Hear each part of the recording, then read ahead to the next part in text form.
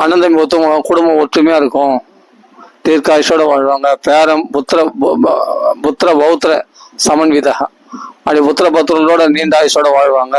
இது ராமாயண பல்ஸ்ருதி, ராமாயணத்துடைய பலனா சொல்லப்பட்டிருக்கு. அப்போ இதெல்லாம் பிரிந்தவர்கள், கணவன் மனைவி பிரிந்திருந்தா இதுல சேருவாங்க. புத்திர பாக்கியம் இல்லாத புத்திரம் பெறுவார்கள். அப்போ லௌகிக பலன்கள்லாம் கொடுக்கக்கூடியது ராமாயணம். ஏன்னா லௌகிக பலன்களும் தேவைப்படுது இல்லையா, இல்லைன்னா எப்படிதான் வாழறது? அப்போ அதே சமயத்துல லௌகிக பலன்களை மட்டும் கொடுக்கறது இல்ல, எல்லாரையும்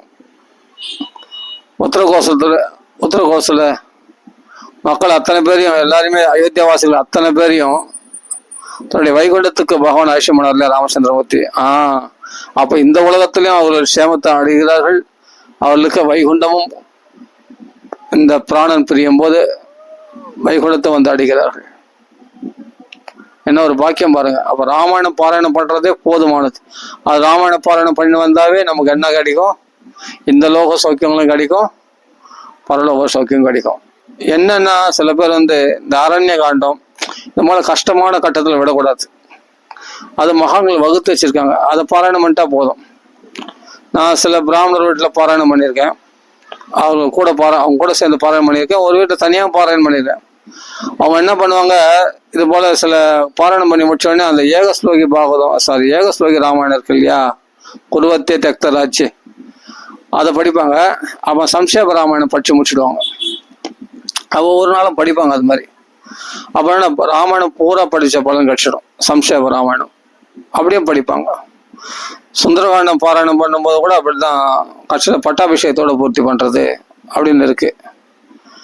அப்ப ராமாயண பாராயணன்றது என்னன்னா சர்வ மங்களம், குடும்பத்துக்கு க்ஷேமம் உண்டாகும். அவர்கள் என்னன்னா இந்த அகால மரணம் ஏற்படாது. இந்த அமங்கலமான விஷயங்கள்லாம் நோய்களாலோ அதான் வியாதிகளோ, ஏன்னா ஆஞ்சநேயர் இருக்காரு இல்லையா, அரோகதா, ரோகமற்றவரா பண்ணக்கூடிய ஒரு ஆஞ்சநேயர். அதெல்லாம் அரோகதா, நோய் இல்லாம இருப்பாங்க. தீர்க்காயுஷர் வைபா. ராமாயணம் பத்தி பேசும்போது நிச்சயமா ராமாயண மாமான்னு ஒருத்தர் இருந்தார், சிஷ்யம். அகில பாரத சங்கத்துல அண்ணாவுடைய சிஷ்யராக இருந்தவர். ஆனா சிஷ்யரான வயசுல ரொம்ப பெரியவர், சதாபிஷேகம்லாம் பண்ணிட்டார். அவருடைய புத்திரர்கள்லாம் ராமாயணம் தான், அவருடைய பேரம்பேத்திலாம் ராமாயணம் தான். அந்த ராமாயண மாமா அவர் ஆயிரக்கணக்கான ராமாயணம் எத்தனையோ சாம்ராஜ்ய பட்ட விஷயங்கள்லாம் பண்ணியிருக்காங்க. அப்படி ராமாயணம் பாராயணம் பண்ணியிருக்காரு அந்த மாமா. அப்படியே ராமாயணத்தை தவிர அந்நிய கிரந்தம் படிக்க மாட்டார். எப்போ உடனே பார்த்தா பட்டாபிஷேகம், உடனே பட்டாபிஷேகம், எத்தனை பட்டாபிஷேகம் பண்ணியிருக்குது, ஆயிரக்கணக்கான பட்டாபிஷேகம். பக்த கோலாகலனுக்கு அவ்வளோ பட்டாபிஷேகம் பண்ணியிருக்காரு ராமாயண மாமான்னு. சிஷி அண்ணாவுடைய சங்கத்துல இருந்தவர், அகில சங்கத்துல. அப்படியேப்பட்ட பரம தபஸ்வி, தபஸ்வாத்தியாய நிரதம் தபஸ்வி வாக் பீதாம்பரம் நாரதம் பரிவப்ரச்ச வால்மீகர் முனிபுங்கவம். உண்மையிலே வால்மீகி தான் வந்திருக்காரான்னு தெரியல. அந்த ராமாயண மாமா அவ்வளோ ராமாயணம் படிச்சிருக்காரு, ராமாயண நிஷ்டை. ஏன்னா ராமாயண பாராயணமே தபசாம், ஸ்ரீ அண்ணா சொல்லியிருக்காரு ராமாயணம். அதனால என்னால் முடிஞ்ச வரைக்கும் நான் ராமாயண புஸ்தகங்களை சில பேருக்கு அன்பளிப்பாக கொடுத்துருக்கேன். ராமாயண புஸ்தகத்தை அது எனக்கு ரொம்ப பிடிக்கும். ராமாயணம் நான் பாகவதம் கொடுத்துருந்தா இல்லையோ, ஆனால் ராமாயண புஸ்தகம் சில பேருக்கு பரிசாக கொடுத்துருக்கேன். அது அவ்வளோ புண்ணியம் அந்த ராமாயணம். ஏன்னா ராமாயணம் ரொம்ப பிடிக்கும் எனக்கு. ஆரம்பத்தில் படிச்சது ராமாயணம் தான். பாகவதம் என்னன்னா பக்தி சடு இருக்கும். ஆனா பாகவதத்துக்கு சரி அது தப்பா புரிஞ்சக்கூடாது. பாகவதம் நம்ம எதுக்கு பக்குவப்படுத்தணும், நம்ம சன்னியாச நிலைக்கு, பற்றற்ற மனநிலைக்கு பக்குவப்படுத்தும். ராமாயணம் எப்படின்னா உனக்கு அனுகூலமா இருந்து உனக்கு பகவான் இறங்கி உன்னை பகவான் பக்குவப்படுத்தி தன் திருவள்ளியில் பகவான் ஆசிப்பான். நீ இல்லறத்தோட இருந்தா கூட ராமராமான்னு சொல்லிட்டாவே பகவான் கருணை காட்டி உன்னை தன் திருவள்ளியில் சேர்த்துப்பான். அப்படியேப்பட்ட சம்சாரிகளை சன்னியாசியா மாத்துறது ராமனுடைய ஆள இல்லை. சம்சாரிகளா இருந்தே அவரிடத்துல கருணை காட்டி அவர்ல தன் திருவள்ளியில் அழிச்சுப்பான். அந்த குடும்பத்தையே எத்தனை அயோத்தியவாசிகள் குடும்பத்துல பகவான் தன் திருவள்ளியில் சேர்த்துட்டான். அதனால இகலோக சோகத்தில் இருந்துட்டே நீ ராமநாம சொன்னாவே சுலபமா பகவான் கரையாது. அக்லிஷ்ட காரியன், கிளேசம் இல்லாம நம்மள தன் திருவடியில சேர்த்து கொள்ளக்கூடிய ராமச்சந்திரமூர்த்தி. வேத வேத்திய பரே பும்சி ஜாதே தசரதாத்மஜே வேதா பிராச்சேதசாதாசித் சாக்ஷாத் ராமாயணாத்மனா. வேதமே ராமாயணம்ன்ற வடிவத்துல வந்திருக்கான். இந்த ராமாயணம் ராமாயணம் பாராயணம் பண்றதே வேத பாராயணம் பண்ற மாதிரி. வேத பாராயணம் பண்ண பலனா இது ராமாயணம். அப்ப வேதத்துல பிரதிபத்தியனாகிய வேதத்துல சொல்லக்கூடிய பரமபுருஷன் யாருன்னா ஸ்ரீ ராமச்சந்திரமூர்த்தியாக பிரகாசிக்கிறார். அந்த சீதாராமன் தான் அப்படின்னு சொல்லப்படுது. இந்த ராமாயணம் மட்டும் ஒரு வீட்டுல பாராயணம் பண்ண ஒவ்வொரு தடவும் பாராயணம் பண்ணி முடிக்கும் போது ஒரு பெரிய பெரிய அதிசயம் நடக்கும். சத்தியமா சொல்றேன், அவ்வளவு க்ஷேமங்களை கொடுக்கும். ஒன்னும் இல்லை, ஒரு இடத்துல சுந்தரகாண்ட பாராயணம் பண்ண வேலை ரொம்ப நாளா வேலை இல்லாதவங்க உடனே அந்த ஒரு அம்மாவுக்கு உடனே வேலை கிடைச்சிது. தாம்பரத்துல படிச்சேன். சுந்தரகாண்ட பாராயணம் ஒரு நாள் தான் கலந்துக்கினாங்க. 2 நாள் பாராயணம் பண்ணுவோம். சுந்தரகாண்டம் 35 சருகம் அது மாதிரி பாராயணம் பண்ணுவோம். 2வது நாள் பார்த்தோம். முதல் நாள் பாராயணம் பண்ணி முடிச்சு போனாங்க, உடனே வேலை கிடைச்சிச்சு. டக்குன்னு வேலைக்கு போயிட்டாங்க, அவ்வளவுதான். மறுநாள் பாராயணத்துக்கு வரல. அதனால சுந்தரகாண்ட பாராயணமும் படிச்சுட்டு அப்படியே அவ்வளோ பவர். ஏன்னா இதில் உள்ள ஏகைகம் அக்ஷரம் புரோக்தம் மகாபாதக நாசனம். இதில் உள்ள ஒவ்வொரு அக்ஷரமும் மகாபாதகங்களை போக்கக்கூடியது. இதில் உள்ள ஒவ்வொரு அக்ஷரமும் சத்தியம். ஏன்னா பிரம்மதேவர் அப்படி வரம்பொருள் இருக்கிறார் வால்மீகி சாமிக்கு. நீ சொல்றது நச்சா அந்துருத கதா, உன்னுடைய வார்த்தை ஒண்ணு கூட போய் போகாது. இங்க ஒரு தடாகம் இருந்தது, இங்க மரம் இருந்து அப்படின்னு சொன்னா அந்த இடத்துல போனா அந்த தடாகம் இருக்கும், அந்த மரம் இருக்கும். நீ சொல்றது எல்லாம் பழிக்கும் அப்படின்னு பிரம்மதேவர் வால்மீகிக்கு அப்படிப்பட்ட வாக்கு அருள் இருக்கிறார். ராமாயணம் பாராயணன்றது பாக்கியம் இருக்கணும், மனசுக்கு ரம்யமா இருக்கும். ராமாயணம் ரொம்ப லகு, பாகவதமாவது கொஞ்சம் நெருடலா இருக்கும் படிக்கிறதுக்கு. ஆனா ஒண்ணு, பாகவத பாராயணம் நல்லா பண்ணினவங்களுக்கு சுலபமா இருக்கும், சரளமா. இப்ப எங்களை போல ஆளுக்கெல்லாம் எத்தனையோ தடவை பாகவத பாராயணம் பண்ணியிருக்கோம், ஓரளவுக்கு சுலபமா இருக்கும். எனக்கு இல்லை, சில இடத்துல நாங்களே திக்குமுக்காடுவோம், வார்த்தை தடுமாறும்.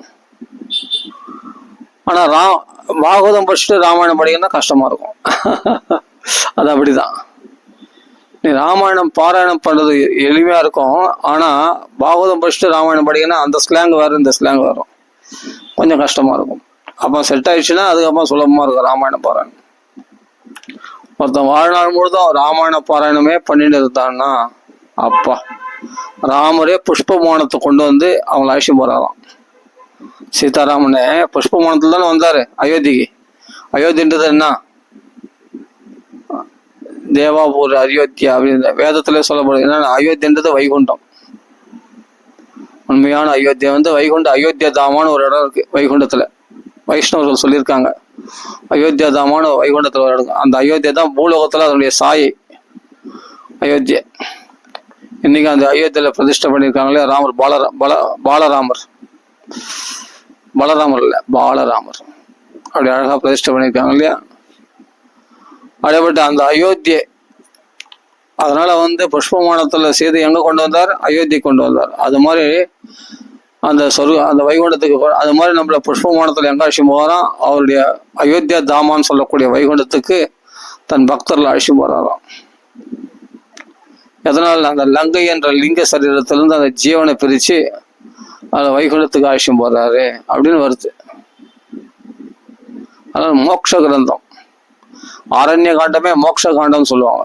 ஜடாயு மோட்சம், சரபங்க மோட்சம், சுதீக்ஷ்ண மோட்சம், சபரி மோட்சம், அப்போ நிறைய மோட்சம் தான் அதுல மோட்ச காண்டம்னே சொல்லப்படுகிறது இல்லையா. சுந்தர காண்டம்னா அழகிய காண்டம், ரொம்ப அழகான சுந்தர. ஆஞ்சநேய சுவாமியுடைய வீரத்துல பராக்கிரமங்கள்லாம் பார்த்தா ஆஞ்சநேயர் பெருமையா சொல்ற மாதிரி இருக்கும். இல்ல, சுந்தரநாயக யாரு? ராமச்சந்திரமூர்த்தியுடைய பெருமையை தான் அங்க ஆஞ்சநேயரை சொல்றார். ஜெயத் அதிபலோ ராமகா, இவ்வளவு காரியங்களை சமுத்திரத்தை தாண்டினது, 80 லட்சம் வதம் பண்ணது, சீதையை தரிசனம் பண்றது, அசோகவனத்தை அழிச்சது, லங்கையை தீக்கரியாக்குந்து, எல்லாம் யாருடைய பலம்னா ராமருடைய பலம். அப்ப சுந்தரகாண்டம் பூரா ஆஞ்சநேயருடைய பெருமைன்னு சொல்றது. நம்ம சொல்றோம் வீர தீர சூர ஆஞ்சநேயர் சொல்றோம். ஆஞ்சநேயர் மேல பகவான் ராமருடைய பலம் இதெல்லாம் அப்படின்னு ஆஞ்சநேய சுவாமி சொன்ன பிறகுதான் நமக்கு தெரியுது. அப்ப தன் பலம்னு அவங்க சொல்லல ஆஞ்சநேய சுவாமி.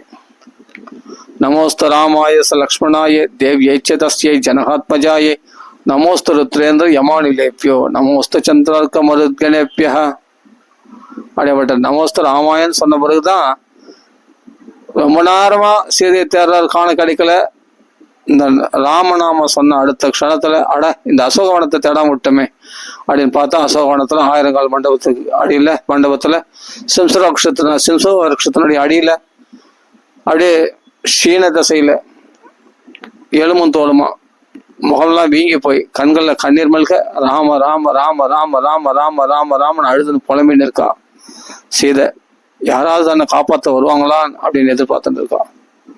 அப்பதான் அந்த சீதாவுடைய தரிசனம் கிடைக்குது யாரும் ஆஞ்சநேய சுவாமிக்கு. ஆஹா, இப்படியாப்பட்ட பதிவிரதையை விட்டுட்டு அங்க ராமர் என்ன பண்றாரு, இன்னும் உயிரோடு இருக்கிறாரு அப்படின்னு தவிக்கிறார். ஒரு குருநாதருக்கு இந்த ஜீவனை கரையேற்றி பகவான்கள் கொண்டு போய் சேர்த்துடணும். இந்த ஜீவனுடைய பரிதாப நிலையை பார்த்த உடனே குருநாதருக்கு பொறுக்காது. உடனே இவளை கொண்டு போய், அதான் சொல்றேன், என் முதுகலை ஏறிக்குமா, நான் ராமர் சன்னிதானத்தை கொண்டு போய் சேர்க்கிறேன். அதான் குருனுடைய ஒரு கருணை, குருவனுடைய கருணையே அதான். உடனே பகவானை விட பகவத் பக்தர்களாகிய குருநாதர் குருமார்களுக்கு கருணை அதிகம். சிஷ்யனை கொண்டு போய் பகவான் திருவிழா சேர்த்துன்னு. ஆனா என்னுடைய பக்திக்கு பகவான் வரணும், நான் பார்க்க வேணாமா என் பக்தி என்னுடைய பெருமை என்னன்னு அப்படின்னு சீதை சொல்றா. அப்படியே ஆகட்டுமா அப்படின்னு சொல்லி நான் போய் செய்தி சொல்றேன். அப்போ குருநாதர் போய் அங்க பகவான்களை சொன்னா இந்த ஜீவனுக்கு அனுகிரகம் பண்ணு அப்படின்னு குருநாதர் சொன்னா அங்க பகவான் உடனே தேடி வருவார். பாலம் கட்டி சீதையை மீட்டெடுத்து பகவான் வருவார். அப்ப ஆஞ்சநேயர் சொல்லாம சீதைக்கு ராமர் கிடைக்க மாட்டார். சீதையே ஆனாலும், மகாலட்சுமி ஆகிய சீதையே ஆனாலும் என் பக்திக்கு பகவான் வரணும்னு சொல்றா. ஆனா அது எப்படி என் பக்திக்கு வரணும், இவ பக்தி யார் போய் சொல்ல முடியும்? ஆஞ்சநேயர் போய் சொன்னாதான் செய்தி தெரியும் ராமருக்கு. அப்போ நீங்க சொல்லி ஆஞ்சநேயா நான் இந்த தசையில நான் இந்த கஷ்டமான தசையில இருக்க, இன்னும் 2 மாசம் தான் கெடு, அது வரைக்கும் நான் ஜீவிக்க மாட்டேன், நான் அதுக்குள்ள ராமர்களை சொல்லு அப்படின்னு இந்த செய்தியெல்லாம் சொல்லிச்சு. சூடாமணி கொடுத்து அனுப்புறா. இதெல்லாம் சொன்ன பிறகு அப்போ யாரு போய் சொல்லணும்? குருநாதர். குரு அனுக்கிரகம் இருந்தாதான் பகவத் அனுக்கிரகம் கிடைக்கும் சீதைக்கே ஆனாலும். அப்போ ஆஞ்சநேயர் தான் சப்போர்ட் பண்ணணும், அவள் பக்திக்கு வரணும். அவள் பக்தி யார் தெரிவிக்கணும்? குருநாதர் தெரிவிக்கணும். இந்த ஜீவாத்மா கஷ்டப்படுதே, எப்படி துடிக்குதே, கஷ்டப்படுதே, நீ பார்த்து சும்மா இருக்கிறியே, உடனே போய் சீதையை காப்பாத்து அப்படின்ட்டு பகவான்களை போய் தெரிவிக்கணும் குருநாதர்.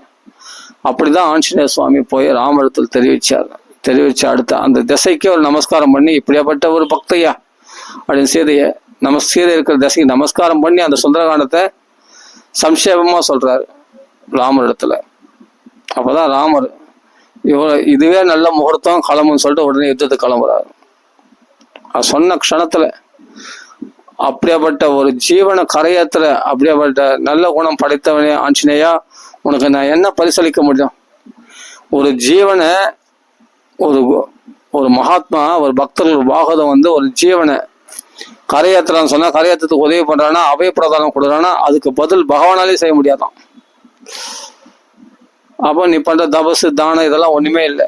இது பாகவதத்திலே என்ன சொல்ற, தபசோ தானமோ இந்த புண்ணியத்துக்கு ஈடா எதுவுமே கிடையாது. நான் ஒரு ஜீவனுக்கு அபயம் கொடுத்து அவன் ஆன்மீக பாதையில ராம பக்தியில ஈடுபாட செய்யறதுக்கு பத்தியா, இந்த புண்ணியத்துக்கு பகவானாலே பதில் செய்ய முடியாதான். அந்த இந்த ஒரு குருநாதன் ஒரு சிஷ்யனை கரையேற்றுறான் இல்லையா, ஆன்மீக பாதையில வழி நடத்துறாரு இல்லையா, ராமரை காட்டி கொடுக்குறாரு இல்லையா,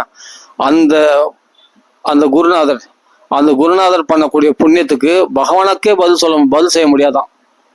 அப்ப என்ன சொல்ற, சர்வஸ்வம் நான் என்னையே உனக்கு கொடுத்துட்றேன் அப்படின்னு சொல்லிட்டு ராமர் ஆலிங்கன பாக்கியத்தை கொடுக்குறார் ஆஞ்சநேய சுவாமிக்கு. இதுதான் பாகவத்துல சொல்றது. இந்த தபசோ தானமோ யாகங்களோ எதுவுமே இந்த ஒரு ஜீவனுக்கு அபயம் கொடுக்கறதுக்கு சமான புண்ணியம் கிடையாது அப்படின்னு சொல்றார். இதுல சொல்றார் பாகவத்துல அவ்வளோ புண்ணியமா ஒரு ஜீவனை பகவானத்துல கொண்டு வர்றது. அப்படி எல்லாரும் செய்யணும்.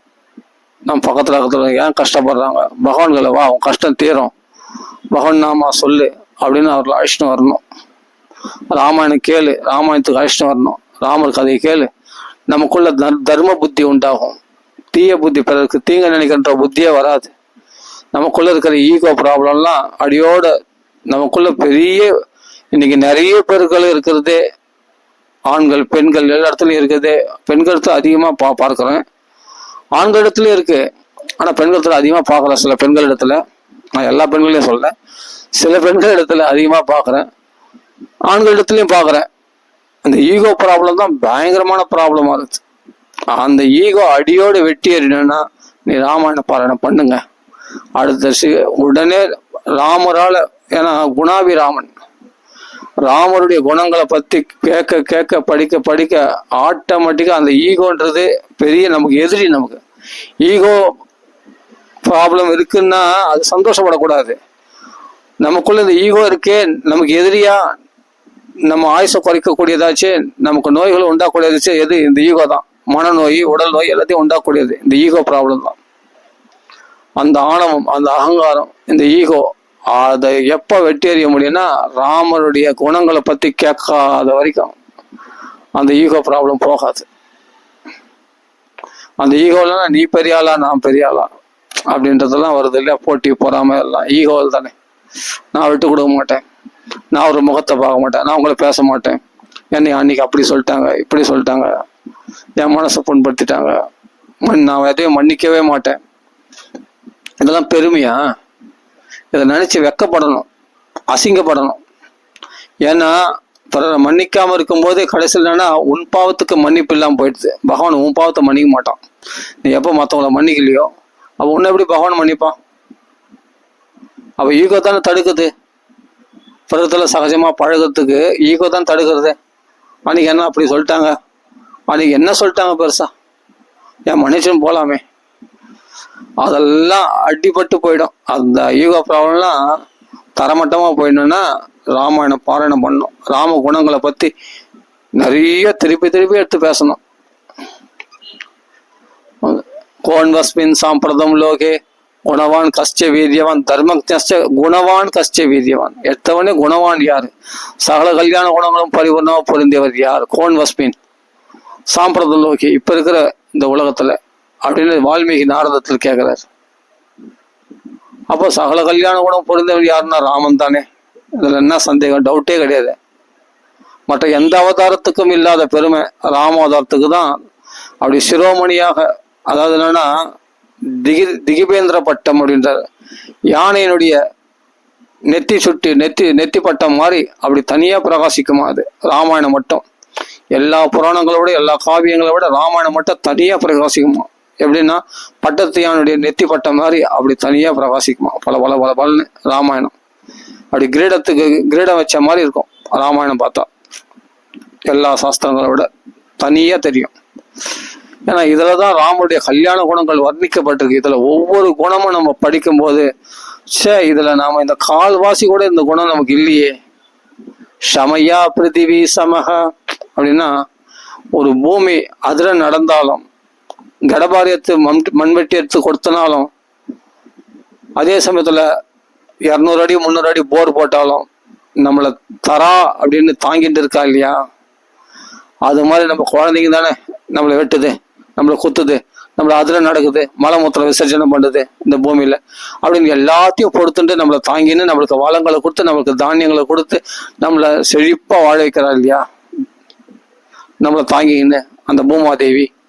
அப்படியேப்பட்ட ஒரு மன்னிக்கிற அப்படியேப்பட்ட பொறுமையுடையவரா ராமச்சந்திரமூர்த்தி. அத இன்னொரு இடத்துல இதே ராமாயணத்துல வருது, சுமத்துல சொல்றா, அந்த பூமி தேவிக்கு பொறுமையை கொடுத்தவன் யாருன்னா ராமன் தான் அப்படின்றா. ஸ்ரீக்கு ஸ்ரீ லக்ஷ்மிக்கு லக்ஷ்மி கடாட்சம் பண்ணவன் யாருன்னா ராமன் தான் அப்படின்லாம் சொல்றாரு யார்? சுமித்ர. அப்படின்னா நம்ம மகா ஞானி அவர் சுமித்ர. கௌசல்யக்கு சமாதானம் படுத்தும் போது ராமர் காட்டுக்கும் போது அப்போ இந்த விஷயத்த சொல்றான் அந்த அம்மா. அப்போ இங்க வால்மீகி என்னன்னா ஒரு உபச்சாரமா, ஏன்னா மனுஷனா பகவான்ன்றதை மறைச்சு கூடமா மனுஷனாவே காண்பிக்க முயற்சி பண்றார் வால்மீகி. ஆனா அங்கங்க அவரு ஜக்ஞ விஷ்ணு சனாதனக அப்படின்றது வெளிப்படுத்துது. எப்படி இருந்தாலும் வெளிப்பட்டுடும். ராமர் பகவான் அப்படின்றது என்னதான் மொழிச்சு மறைச்சு பாக்குறாரு வால்மீகி. ஆனா அங்கங்க சொல்லிதான் ஜக்ஞ விஷ்ணு சனாதனக. எதுக்காகனா ராவண வதார்த்தி, ராவண வதம் பண்றதுக்காக அப்படின்னு சொல்லிடுறாரு. அப்ப சனாதனமான மகாவிஷ்ணு நாராயணன் தானே ராமனா வந்திருக்கு அப்படின்றார். அதனால இந்த ராமருடைய குணங்களை பத்தி படிக்கும் பொழுது அந்த பூமிக்கு நிகரான பொறுமையுடையவர் ராமச்சந்திரமூர்த்தி அப்படின்னு. சமுத்திரமிவ காம்பீரியே தைரியன்னு ஹிமவானிவ, இந்த மாதிரி குணங்கள்லாம் பாருங்க. கம்பீரத்துல சமுத்திரம் போலவான். சமுத்திரத்தை ஆக்கிரமிக்க முடியுமா? சமுத்திரத்தை அதிக்கிரமிக்க முடியுமா? சமுத்திரத்தை யாராவது தாண்ட முடியுமா? அது சமுத்திரோட எல்லை உண்டா? யாராவது சமுத்திரத்தோட எல்லை கண்டதுண்டா? அது மாதிரி கம்பீரமா இருப்பாராம். அந்த கம்பீரத்துக்கு எல்லையே கிடையாது. அவ்வளவு காம்பீரியம். அந்த சமுத்திரம் எப்படி அலைகளோடு அப்படி கம்பீரமா எப்படி வருதோ அது மாதிரி கம்பீரமா அப்படி புறப்பட்டு வர ராமச்சந்திரன், வீர ராகவன், விஜய ராகவன் சொல்றமே, அப்படிப்பட்ட ராமச்சந்திரமூர்த்தி கம்பீர புருஷனா இருக்கக்கூடியவர். ஆனா சமுத்திரம் காம்பீரியன்னு சொல்ல முடியாது. சமுத்திரம்னா கம்பீரமா இருப்பார். ஆனா ஆழ்கடல் பாருங்க அமைதியா இருக்கும். வெளிப்புறமா தான் வீரத்தில பராக்கிரமங்கள்லாம், ஆழ் மனசுல எப்படின்னா சாந்தியா இருப்பார். தன் ஆத்மஸ்வரூபத்துல ரமிச்சுட்டு இருப்பார். அப்படியேப்பட்ட கம்பீர புருஷர். சமுத்திரம் இவ காம்பீரிய தைரியன ஹிமவானிவ. ஒரு ஹிமயமலையை யாரத்தையும் போய் வேற எங்கன்னா வச்சிடலாம் அப்படின்னா வச்சிட முடியுமா இமயமலைய? ராவணன் தூக்கம் வந்தான், தோல் நொறுங்கி போச்சு. சிவபெருமான அழுத்துல 10 தலையும் நொறுங்கி போச்சு அவனுக்கு. ராவணன் தூக்கம் வந்தான். இமயமலையை தூக்கிட முடியுமா? முடியாது. ராவணனே தோல்லாம் நொறுங்கி போச்சு இல்லையா? அப்ப இமயமலை எவ்வளவு பெருசு. அந்த இமயமலை எவ்வளவு புயல் காத்து அடிச்சாலும், எவ்வளவு மழை பெஞ்சாலும், என்ன ஆனாலும், எவ்வளோ உலகத்துல எவ்வளோ அழிவுகள் ஏற்பட்டது, எத்தனையோ யுகங்களா இருக்குது. அந்த யுகத்துல எவ்வளோ அழிவுகள் ஏற்பட்டிருக்கு. ஆனா இமயமலை கம்பீரமா அப்படி தைரியமா அப்படி நிக்குது பத்தியா இமயமலை. அது மாதிரியா ராமச்சந்திரமூர்த்தி. எப்படின்னா அவருடைய தைரியம் வந்து அந்த இமயமலை போல. தைரியன ஹிமவானிவ. இதெல்லாம் படிக்கும் போது இந்த குணங்களை, ராமனிடத்துல பக்தி வராம இருக்க முடியுமா? ராம நாமத்தை எவ்வளவு சொல்லிடுறேன் பார். அந்த ராமருடைய குணங்களை படிக்கணும். அப்போ தர்மஜ்ஞ கிருதஜ்ஞ சத்தியவாக்கிய திருடவிரதா. அப்படிப்பட்ட தர்மாத்மாவாம், நன்றி மறவாதவராம், சத்தியசந்தராம், எடுத்த காரியத்துல உறுதியா முடிக்கிறதுக்கு உறுதியா பற்றி கொண்டு இருப்பவராம். அப்படிப்பட்ட திருடவிரதம் உடையவராம். இன்னைக்கு ஏகாதசி. இன்னைக்கு ஏகாதசி அன்னைக்கு ராமாயணத்தை பத்தி கொஞ்சம் பேசணும்னு ஆசைப்பட்டேன். அதனால பேசுறேன். எல்லார் வீட்லயும் ராமாயணம் பாராயணம் பண்ணா குடும்பம் சேமமா இருக்கும், குடும்பம் ஒத்துமையா இருக்கும். ஆனா எல்லாருக்கும் கவர்ச்சி என்னன்னா, கிருஷ்ண லீலைகள்ல கவர்ச்சி அதிகன்றதுனால நிறைய பேர் பாகவதம் பிடிச்சிக்கிறாங்களே தவிர, நான் பாகவதம் தப்புன்னு நான் சொல்லல. பாகவதம் தப்புன்னு சொல்ல வரல. பாகவத தர்மம் நம்மளை பக்குவப்படுத்தும், நல்லதுதான் பண்ணும். அதனால நம்ம சன்னியாச தர்மத்துக்கு பக்குவப்படுத்தும். சில விஷயங்கள்லாம் நமக்குள்ள உறவுகளை பிரிக்கும். ஆமா, கண்டிப்பா பாகவதம் படிக்கிறவன் நிறைய பேர் வாழ்க்கையில பார்த்திருக்கேன். உறவுகளை பிரிச்சிடும், உறவுகளை பிரிக்கும். எதுக்காகனா உனக்கு பக்குவம் உண்டாகிறதுக்காக. இவர்கள்லாம் நிரந்தரம் கிடையாது அப்படின்னு தெரிவிக்கிறதுக்காக அப்படி பக்குவப்படுத்துறான் கிருஷ்ண பரமாத்மா. அந்த வழி வேற. ஆனா ராமர் அப்படி கிடையாது. பிரிஞ்சு போனவங்களும் ஒன்னா சேர்ப்பாராம் ராமர். இது எப்படி இருப்பாரு? அங்குல்ய பிரதானம் பட்சா பிரிஞ்சு போன தம்பதிகள் ஒன்னா சேர்ந்துருவாங்களாம். இது ஒட்டுறதா இருக்குது, அது வெட்டுறதா இருக்குது. அதுக்கு பாகத்துல பார்த்தா உறவுகளை வெட்டி விட்டுருன்றான் கிருஷ்ணன். ஸ்பஷ்டமா சொல்றான், நான் அவர்ல எல்லா உறவுகளும் பிரிப்பேன் நானு. அவனை தனியா விட வச்சு அப்புறமா தான் அவன் வந்து யாரும் அவனுக்கு அவையும் கொடுக்காத போது என்ன சரணாகதி அடைவான். அது பிறகு முழுசா என் பக்தியில் ஈடுபடுவான். அதுக்கு பிறகு நான் அனுகிரகம் பண்ணுவேன் அப்படின்ட்டு பாகவத்துல சொல்றான் பகவான். 2-3 இடத்துல சொல்றான். வாமன இடத்துல சொல்றான், அப்புறமா இன்னொரு இடத்துல சொல்றானே, 2-3 இடத்துல சொல்றான் பகவான். இந்திரன் இடத்துல சொல்லும் போது சொல்றான். அப்போ இன்னொரு 2-3 இடத்துல சொல்றான் பகவான். பாகவத்துல வருது. அப்போ விருத்தராசுரனே சொல்றாரு இந்திரன் இடத்துல, என் பகவான் வந்து இந்த சம்பத்துக்கள்லாம் கொடுக்க மாட்டான், இதெல்லாம் அபகரிச்சுடான். அதுல இருந்து தெரிஞ்சு நான் அவருடைய அனுகிரகத்தை பகவான் அனுகிரகம் பண்றான்னு. அப்போ எல்லாத்தையும் பிடிங்கன்னு நெருக்கத்தையா நிக்க வைக்கிறான்னு. அதுக்காக அப்போ நெருக்கத்தையா நின்னா நீ வேற யாரும் சரணம் அடைய மாட்டேன், பகவான் தான் கத்தின்னு வந்துருவேன். அதுக்காக தான் அந்த பகவான்களை பூர்ணமா சரணாகதி அடையத்துக்கான பக்குவத்தை உண்டாகிறதுக்கு பகவான் அப்படி பண்றானா பாகவதத்துல. இது பாகவத்திலே சொல்லப்பட்டிருக்கு ஸ்பஷ்டமா. ஒரு 4-5 இடத்துல சொல்லப்பட்டிருக்கு. எனக்கு தெரிஞ்சு 4 இடத்துல, இன்னும் எவ்வளவு இடத்துல இருக்குன்னு தெரியல. விருத்தராசுரனே இந்த இடத்துல சொல்றாரு, நீ சம்பத்து கேட்டிருந்த சொர்க்கலோராயத்தை கேட்டிருந்தா பகவான் உனக்கு கொடுத்துட்டான், உன்ன மாதிரி நான் கேட்க மாட்டேன் புரியுதா? ஆனா பக்தர்கள், உண்மையான பக்தர்களுக்கு பகவான் அதெல்லாம் கொடுக்கறது இல்லை. அதெல்லாம் பிடிங்கிறான், அந்த சம்பத்துகள்லாம் பிடிங்கி அவர்ல தன் திருவடியில சரணாகதி அடைய வைக்கிறான் பகவான் அப்படின்னு இவர் சொல்றாரு. இது பாகவத்துல வருது. சரி, அது போட்டோம். ஆனா ராமாயணத்துல பார்த்தா அப்படி யாரும், அயோத்தியில பார்த்தா ஒருத்தர் கூட கஷ்டப்பட்ட குடும்பமே கிடையாது. எல்லாம் தீர்க்காயுஷா நராசர்வே அப்படின்னு சொல்லியிருக்கு. சந்தோஷமா இருந்தாங்களாம், சம்பத்துகள் நிறைஞ்சிருந்துதான். ஒரு தோட்டியான் கூட மகுட குண்டலங்கள் அணியாத ஒருத்தரும் கிடையாதான். எல்லாம் செழிப்பா, செல்வ செழிப்பா இருந்தது. அவ்வளவுக்கும் காரணம் என்னன்னா, நல்ல மழை, நல்ல செழிப்பு. மழை பெய்யறதுக்கு காரணம் தர்மம் செழிச்சிருந்தது. தர்மத்தை செழிச்சு, தர்மத்தை யார் காப்பாத்துனா? தசரதர். அப்படிப்பட்ட ஒரு மகா தர்மாத்மா, அப்படிப்பட்ட இக்ஷ்வாகு வம்சத்துல பிறந்த மகா பராக்கிரமசாலி, 10 திக்குல ரதம் செல்லக்கூடிய அதர்மிஷ்டர்லாம் சொர்க்கலோகத்துக்கு போக முடியாது. இவர் 10 திக்குல ரதம் செல்லுமா.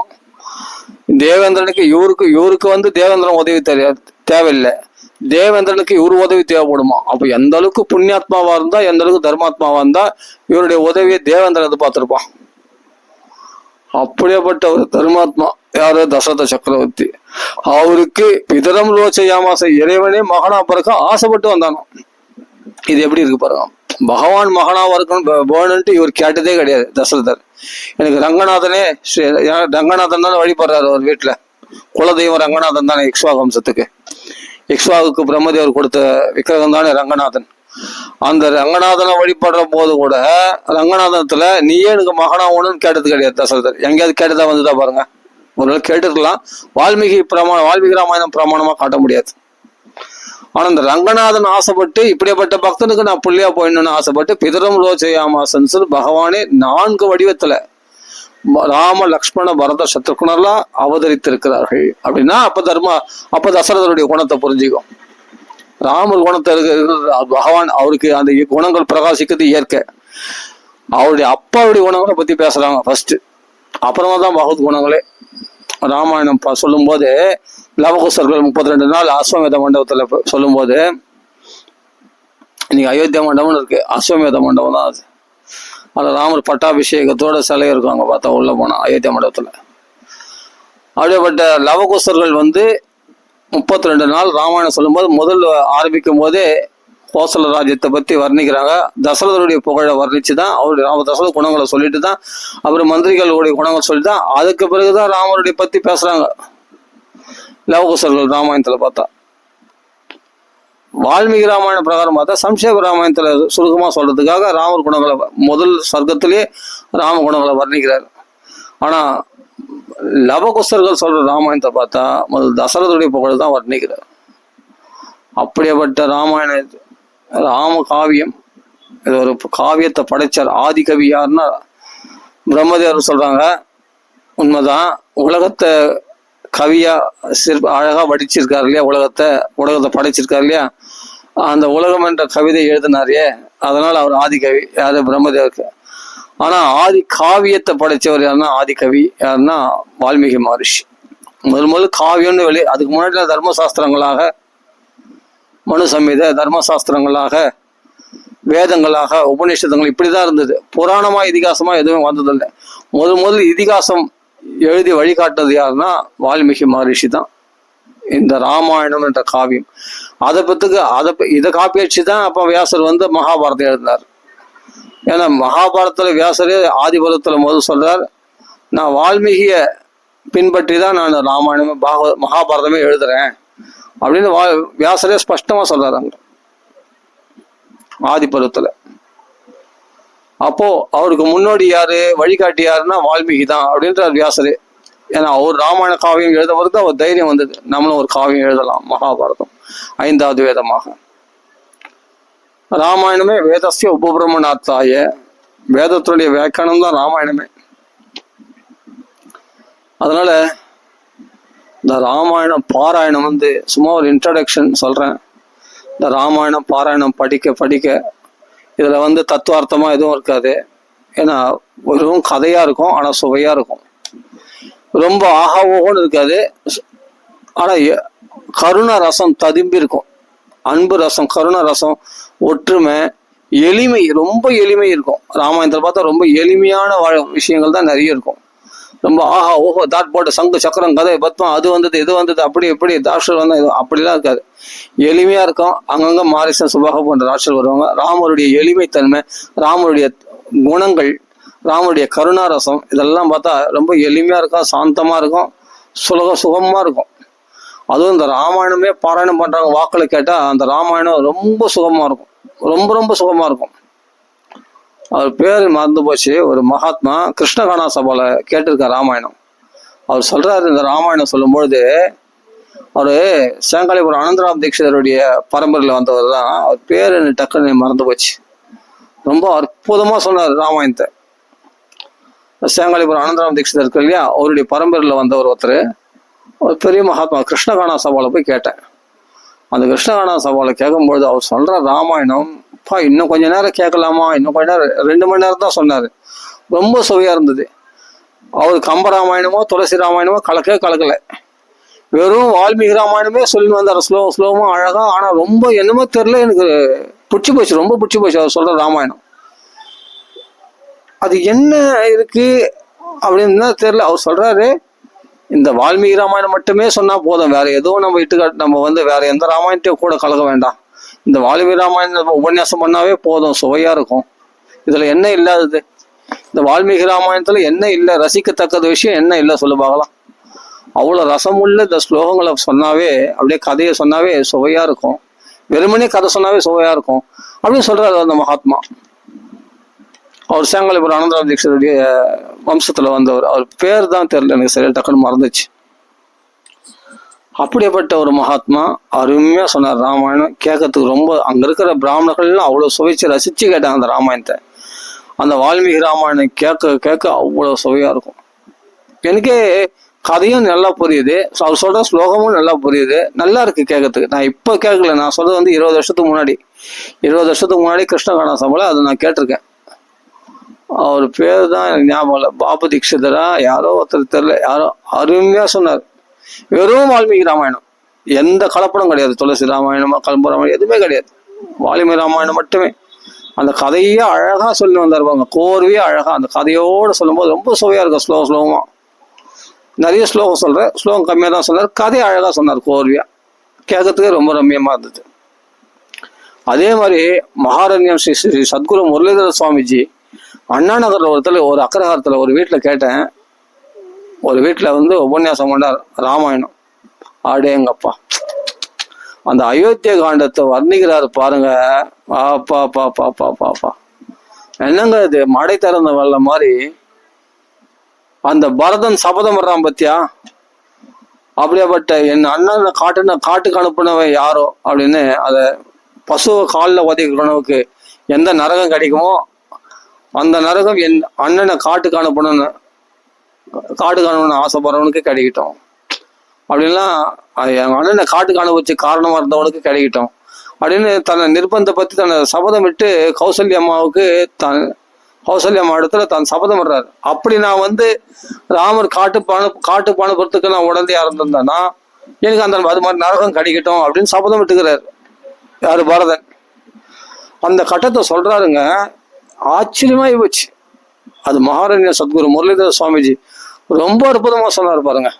அப்பா கேட்டா அது மாதிரி ராமாயணம் கேட்கணும். அது பிறகு நான் ஏன் விட்டேன் அவரை, தொடர்ந்து பட்டாபிஷேகம் திருப்பி அந்த ராமாயணம் ஃபுல்லா கேட்டேன். சூப்பரா இருந்தது அவர் சொல்ற ராமாயணம்.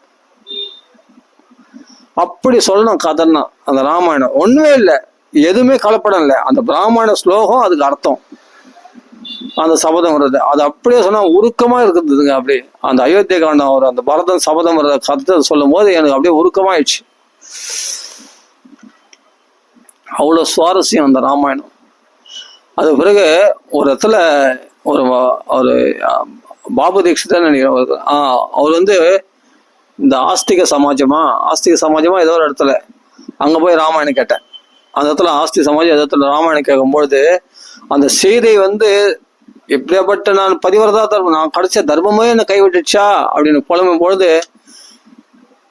ராமன் கைவிட்டது பரவாயில்ல, நான் கனுஷ்டானம் பண்ண தர்மம் கூட என்னை கைவிட்டுச்சு அப்படின்ட்டு புலம்பி ஆழும்போது அந்த இடத்துல நம்மளுக்கு அழையே வந்துடும். அந்த கட்டத்துல படிக்க சொல்லும் பொழுது அந்த கதையை சீதையினுடைய அந்த அவல நிலையில அவ புலம்புவா பாருங்க. அந்த இடத்துல அவ சொல்றதெல்லாம் தர்மம். அவ சாதாரண புலம்பல் சொல்லல. அதுல அவ சொல்ற அந்த ஸ்லோமா அந்த சீதை புலம்புற அந்த விஷயங்களை ஸ்லோமா அப்படியே சொல்றாரு, கொட்டுறாரு, அப்படியே வர்ஷிக்கிறாரு அந்த மகாத்மா. ஒரு பாபு தீட்சிதர் யாருன்னு தெரியல, அந்த மகாத்மா அப்படி வர்ஷிக்கிறாரு. அப்படி நான் போய் கேட்குறோம். கேட்கும்போது அந்த சீதனுடைய அந்த துயர நிலையை வர்ஷிக்கும் போது, அந்த சீதனுடைய புலம்புல வர்ஷிக்கும் போது நமக்கே கண்ணீர் வந்தது. என்ன மாதிரி சொல்றாரு ராமாயணம் கேட்டா அப்படி கேட்கணும். ராமாயணம் அந்த சீதையினுடைய நிலையை பார்க்கும்போது நம்மளுக்கு ராம பக்தி வராம இருக்கவே இருக்காது. ஒவ்வொரு மகாத்மாக்களும் அப்படி ராமாயணம் சொல்லியிருக்காங்க. அதுக்கப்புறம் நம்ம சான்ஸ்கிரிட் காலேஜில் 2 தடவை போய் கேட்டிருக்கேன். சான்ஸ்கிரிட் காலேஜில் லஸ்ஸில் இருக்கு இல்லையா, மயிலாப்பூர் லஸ்ஸில் சான்ஸ்கிரிட் காலேஜில், அங்கே போய் ராமாயணம் கேட்டிருக்கேன். அங்கே பிரம்மஸ்ரீ சுந்தரமா சுவாமி அப்படியே ஸ்லோகமா அந்த ஸ்லோகத்துக்கு பதம் அத்ரினா என்ன, த்ரீனா என்ன, முக்குணங்களுக்கு அப்பாற்பட்டவர் அத்ரி, அசூயை இல்லாதவள் அனசூயை. அப்போ அசூயை இல்லாதவர்கள் முக்குணங்கள் அப்பாற்பட்டவர்களா இருப்பாங்க. அதுதான் கணவன் மனைவி. அந்த அத்ரி அனசூயினுடைய தத்துவார்த்தமா சொல்லுவார் பாருங்க. அந்த ராமாயணத்தை அந்த அத்ரி ஆசிரமத்துக்கு வந்தார் இல்லையா ராமச்சந்திரமூர்த்தி, அந்த இடத்துல சீதைக்கு அலங்காரம் பண்ணி பாக்குறா இல்லையா. அப்பா, ஒரு பதிவிரதை தான் உனக்கு பதிவிரதை பார்த்தா ஆசையா இருக்குமா. அந்த பதிவிரதா வாக்குலயே ராமாயணத்தை கேட்கறா, குட்டி ராமாயணத்தை, அந்த சீதா கல்யாணத்தை கேட்டு அவ பூஷணங்களை பூட்டி விடுறா பாருங்க. அந்த கட்டத்தை சொல்றாரு பாருங்க. என்ன மாதிரி சொல்றா தெரியுமா, சத்தியமா சொல்றாங்க. இதெல்லாம் ஒரு மகாத்மாக்கள் வாக்குல அந்த ராமாயணம் கேட்கும் பொழுது மனசே மெல்ட் ஆயிடுதுங்க, உருகிடுதுங்க. அந்த சீதையினுடைய அந்த அத்ரி ஆசிரமத்துல அந்த சீதா கல்யாணத்தை கேட்கும் போது அப்படியே மனசே மங்களகரமா ஆயிடுதுங்க. அந்த சீதைக்கு பூஷணங்களால் அலங்காரம் பற்றி சொல்றா, போ உன் புருஷனுக்கு போய் காட்டு போ அப்படின்றா. யாரு, அனசூயை. ஒரு பதிவிரதையை கணவனிடத்துல எப்படி நடந்து கொண்டோன்றது அவ உபதேசம் பண்றா.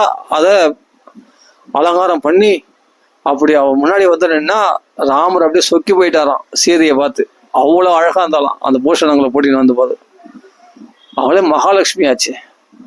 சீதை அழகுக்கு மயங்காம வேற யார் அழுக்கு மயங்கினா, சீதை அழுக்கு மயங்கிதான் வேற எந்த பெண்ணும் வேணான்ட்டாரு ராமரு. ஏகபத்திய விரதம்னா விரதமா பல்ல கட்சின்னு இல்லை விரதம். சீதை அவ்வளவு அழகு, இந்த அழகுக்கு மயங்கிட்டு வேற எந்த அழகும் பிடிக்கல அவருக்கு ராமருக்கு. அதனாலதான் சீதை இடத்துல மயங்கித்தான் அது ஏகபத்தின விரதனா இருக்காரு ராமர். இதுதான். ஏன்னா இது நம்ம சும்மா இட்டு காட்டுறியா இல்லாட்டி உண்மையாவா இல்லையான்றது நீ அரண்ய காண்டத்தை போய் படிச்சு பாரு தெரியும். மரமே சீதை காண்டியா மட்டையா சீதை காண்டியா நாங்க புலம்பும் போது தெரிஞ்சுக்கோம். அப்ப சீதை மேல எவ்வளவு ஆசை வச்சிருக்காருன்னு யோசிச்சு பாருங்க. எவ்வளவு ஆசை, எவ்வளவு காதல் இருந்தா அப்படி புலம்பி இருப்பாரு. அப்போ அவ்வளவு காதல் அதிகமா வச்சதுனால்தான் வேற எந்த பெண்ணையும் திரும்பி பார்க்கல அவர். வெறும் உடலால வாழறது மட்டும் வாழ்க்கை இல்லைங்க, மனசால வாழணும் ஒரு தம்பதிகள். அந்த அந்த அன்பு தான் நீடிக்கும். உடலால வாழறது என்னைக்கு இருந்தாலும் விட்டு போயிடும், சீப்போன்னு போயிடும் கணவன் மனைக்குள்ள. அவர்கள் மனசால வாழ்ந்தார்கள்.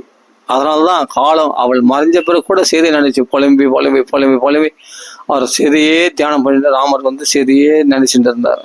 அப்படி இருக்கணும் காதல்னா. இது ஒரு காதல் காவின்னு கூட சொல்லலாம் ராமாயணத்தை. அப்படி சீதையினுடைய காதலும் ராமருடைய காதலும் என்ன மாதிரி ஒரு தெய்வீகமான காதல் அது பா. அந்த கிஷ்கிந்தா காண்டத்துல முதல் சர்க்கத்துல புலமுறார் பாருங்க, பெரிய சர்க்கம் அந்த கிஷ்கிந்தா காண்டத்துல. அந்த லக்ஷ்மணனை பார்த்து சொல்றாரு, டே இந்த மயில் பத்தியா, இந்த பெண் மயில் ஆண் மயில் சேர்ந்து நான் தம்பதிகளோட சந்தோஷமா இருக்கிறேன், உன் மனைவி இல்லையா உங்களோட சந்தோஷமா அனுபவிக்கிறதுக்கு அப்படின்னு எனக்கு பரிகாசம் பண்ணுதுரா அப்படின்னு ராமர் சொல்றாரு லக்ஷ்மணத்துல. கிஷ்கிந்தா காண்டத்துல முதல் சர்க்கத்துல அந்த 2 மயில்கள், ஆண் மயிலும் பெண் மயிலும் சேர்ந்து பாரு, இந்த பெண் குயில் ஆண் குயில் கூவுறது 2 அழகா பேசிக்கிறது. ஒரு பறவை இன்னொரு பறவை வாயில ஊட்டிக்குது. இப்படி அந்த இறைகளை ஊட்டி கொள்கிறது. இதெல்லாம் பார்க்கும்போது ராமருக்கு என்னன்னா, இவைகள்லாம் ஜோடியா இருக்கு, உன் ஜோடி இல்லையா உன்ன அப்படின்னு கேட்குற மாதிரி இருக்கடா என்ன. இதே தரை தானே சீதையை தொட்டு இருக்கா. அப்போ நான் இந்த தரையை தொடும் போது நான் சீதையை தொடுற மாதிரி தானே. அதோ அந்த மேகங்கள் பாரு, இந்த மேகத்தை அந்த நிலவு பத்தியா, அந்த சூரியன் பத்தியா, இதே சூரியன் தானே சீதையும் பார்ப்பான். அப்போ நம்ம சூரியன் மூலமாக நானும் சீதையும் ஒன்னா சேர்றோம் இல்லையா. அப்ப நானும் சூரியனை பார்க்குறேன், அவ்வளவு சூரியன் பார்க்குறேன். அப்ப நாங்க 2 பேரும் ஒன்னா தானே இருக்கோம் அப்படின்னு ராமர் அந்த உத்பிரேக்ஷனை பாருங்க, எவ்வளவு அழகா வால்மீகி கவி அப்படி வர்ணிச்சிருக்காருங்க. அந்த சீதையை நினைச்சு புலம்புறது ராமரே. அப்போ இதே சூரியனை தானே சீதையும் பார்ப்பா. அப்ப நானும் சீதையும் ஒன்னா தானே இருக்கேன். இப்போ எங்க சீதையை நானும் அதான் பாஸ்கரேன பிரபாயதா, சூரியனுடைய ஒளி கிரணங்களை சூரியனை விட்டு எப்படி பிரிக்க முடியாதோ அது மாதிரி சீதையை என்னை விட்டு பிரிக்க முடியாதுன்னு ராமர் சொல்றாரு. அதே மாதிரி சீதையும் சொல்றா. ரெண்டு மனசு எவ்வளவு ஒத்துமையா இருக்கு பாருங்க. அந்த ராவணன் இடத்துல சொல்றா, டே என்னை பிரிச்சுட்டு வந்துட்டு நினைக்காதரா, புரியுதா? ராமர் எண்ணம் பிரிக்க முடியாத தத்துவம் நாங்க, புரியுதா? சூரிய ஒளிகளை பிரிக்கிற மாதிரி. ஆனா நீ கை வச்சுட்ட என்ன, உன்னை ராமன் உன்னை கொளுத்தாம விட மாட்டான். ஆமா, உனக்கு பாட கட்டாம விட மாட்டான் ராமன், கவலைப்படாத அப்படின்னு சொல்லி சீதை சொல்றா.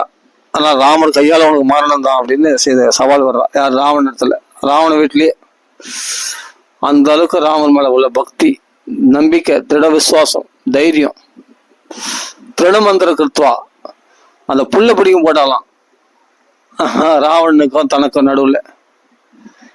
ஏன்னா பரபுருஷன் அவனை திரும்பி கூட பார்க்க மனசாலும் தீண்டேன் ராவணனை. ஆனா மனசால ஃபுல்லா இருக்கிறது ராமர் மட்டும்தான். அப்படி செய்த மகா பதிவிரத தர்மத்தை கடைபிடிச்சா இல்லையா, அவளை மாதிரி பதிவிரதை யாரு இருக்க முடியும் பா. அதனாலதான் சீதையை நினைச்ச ராமர் புலம்புந்து. அந்த புலம்புந்து போதலன்ற இருக்க யாரு? ஆஞ்சநேய சுவாமி. அவர் உயிரை, இந்த செய்தியை பிரிஞ்சு நேருக்கு உயிரை போயிருக்கணுமே, இவ்வளவு நாள் உயிரோடு இருக்கிறதே பெரிய சாதிக்க செய்ய முடியாத பெரிய காலத்தை செய்யறாரு ராமச்சந்திரமூர்த்தி அப்படின்னு ஆஞ்சநேய சுவாமி சொல்றாரு. ராமாயணத்தை பத்தி நான் பேச ஆரம்பிச்சேன்னா இது 1 மணி நேரம்லாம் முடியாது. இது ஒரு நாள் ஃபுல்லா நான் பேசுவேன் ராமாயணத்தை பத்தி. அவ்வளவு விஷயங்கள் ராமாயணத்துல கொட்டி கிடக்குது. ராம் பக்தி இந்த ஒவ்வொரு கட்டத்தையும் பத்தி பேசும்போது என்ன மாதிரி இருக்குன்னு தெரியுமா பா. அவள சுந்தரகாண்டத்தை படிக்கும் போது ஒவ்வொரு கட்டமும் அவ்வளவு ஆச்சரியமா இருக்கும். இந்த சுந்தரகாண்டத்துல பார்த்தா முதல் சர்க்கமே பார்த்தா 240 ஸ்லோகமும் என்னமோ, அவ்வளவு பெரிய சர்க்கம் அது. சுந்தரகாண்டத்துல முதல் சர்க்கம் பெரிய சர்க்கம், கிருஷ்ணகாண்டத்துல முதல் சர்க்கம் பெரிய சர்க்கம். அந்த ராமர் சீதையை நினைச்சு புலம்பும் போது அந்த லக்ஷ்மணர்களை அவ்வளவு விஷயங்களை சொல்றாரு. நான் அனுபவிக்கக்கூடிய கிரந்தம் இந்த ராமாயணம். ஏன்னா பாகவதம் தான் அனுபவம் சொல்றாங்க, கிடையாதுங்க. ராமாயணம் தான் எந்த ஒரு தத்துவார்த்தம் சிருஷ்டி அது இது இல்லை, இந்த கலப்படம்லாம் நீக்கப்பட்டு இந்த ஸ்துதிகள் இந்த உபதேசங்கள் இதெல்லாம் நீக்கப்பட்டு வெறும் கதையாவே அழகா சுவாரஸ்யம் அப்படியே கோர்வியா கதையா அப்படியே அழகா அனுபவிச்சுன்னு போகலாம். ராமாயணம் தான் சுவானுபவம், உண்மையிலே அனுபவமா இருக்கும். பாகவதத்தை விட பாகவதமாவது அங்கங்க தத்துவார்த்தம் வருது, ஸ்துதிகள் வருது, சிருஷ்டியை பத்தி அந்த பஞ்சபூதங்களை பத்தி அது இதுன்னு வருது. ஒரு கதையா கோர்வையா இல்லை ராமாயண பாகவத்துல பார்த்தா.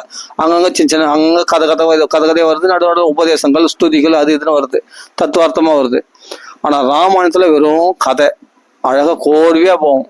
உனக்கு தங்கு தடங்கள் இல்லாம அப்படியே அனுபவமா இருக்கும். சுவானுபவமா இருந்தா ராமாயணம் தான் பெஸ்ட். அப்படி அனுபவிக்கலாம் ராமாயணத்தை. கதையா இருக்கும். ஒரு கங்காவதாரணம் பகீரதன் கொண்டு வர கட்டம் பாலகாண்டத்துல பட்சம் அவ்வளவு சூப்பரா. விஸ்வாமுத்திர பிரம்மரிஷி வசிஷ்டர் வாக்காலேயே பிரம்மரிஷி பட்டம் வாங்குது அப்படின்ட்டு சினிமாலாம் கூட சொல்லிடுறான். பழைய படத்துலாம் பார்த்தா எதனா ஒன்று பேர் எடுத்துட்டா, நல்ல பேர் எடுத்துட்டா வசிஷ்டர் வாக்காலேயே நான் பிரம்மரிஷி பட்டம் வாங்கின மாதிரி இருக்கு அப்படின்னுவாங்க. ஒரு உதாரணத்துக்கு சினிமா படங்களே பழைய படங்களை பார்த்தா அப்படி சொல்லுவாங்க. அப்போ அது எங்கிருந்து வந்ததுன்னு சொன்னா ராமாயணத்துல வந்தது. பிரம்மதேவரே உனக்கு பிரம்மரிஷித்துவம் நான் சந்தேகம் உனக்கு சந்தேகமே கிடையாது, நீ பிரம்மரிஷி தான் அப்படின்னு சொன்னா கூட வசிஷ்டர் வாக்கால சொல்லணும் அப்படின்ட்டு விஸ்வாமித்திரர் சொல்லி, அப்போ வசிஷ்டரே சொன்ன பிறகு வசிஷ்டர் சமாதானம் சொன்ன உடனே உனக்கு எல்லா அதிகாரம், பிராமணனுக்குரிய எல்லா அதிகாரம் உனக்கு உண்டு அப்படின்னு சொல்லி மந்திரங்கள்லாம் நீ சிருஷ்டி பண்ணலாம் எல்லாம் பண்ணலாம் அப்படின்னு சொல்லி அவர் சொன்ன பிறகுதான் அவருக்கு பிரம்ம ரிஷியாக அவர் தவத்திலிருந்து எழுந்து வர்றாரு. அவருக்கு முன்னாடி அது மாதிரி தவம் போனது கூட பின்னாடி அப்படி தவம் பண்ண முடியாதான். அப்படி தவம் பண்ணாராம் விஸ்வாமித்திரர். கடுமையான தவம். முதல்ல ராஜ ரிஷி ஆனார், மகரிஷி ஆனார், பிரம்ம ரிஷி ஆனார். அந்த பிரம்ம ரிஷி ஆன அந்த சர்க்கத்தை எத்தனை சர்க்கம் போட்டிருக்காரு வால்மீகி. முதல்ல மேனகை இடத்துல மயங்கினார், ரம்பையை சபிச்சு தபஸ் இழந்தார், மேனகை மயங்கி தபஸ் இழந்தார். அவளுக்கு பிறந்தது தான் சகுந்தலை. அந்த சகுந்தலை தான் ரிஷந்தன் கல்யாணம் பண்ணின்னு அவனுக்கு மூலமா பிறந்தது தான் பரதன்.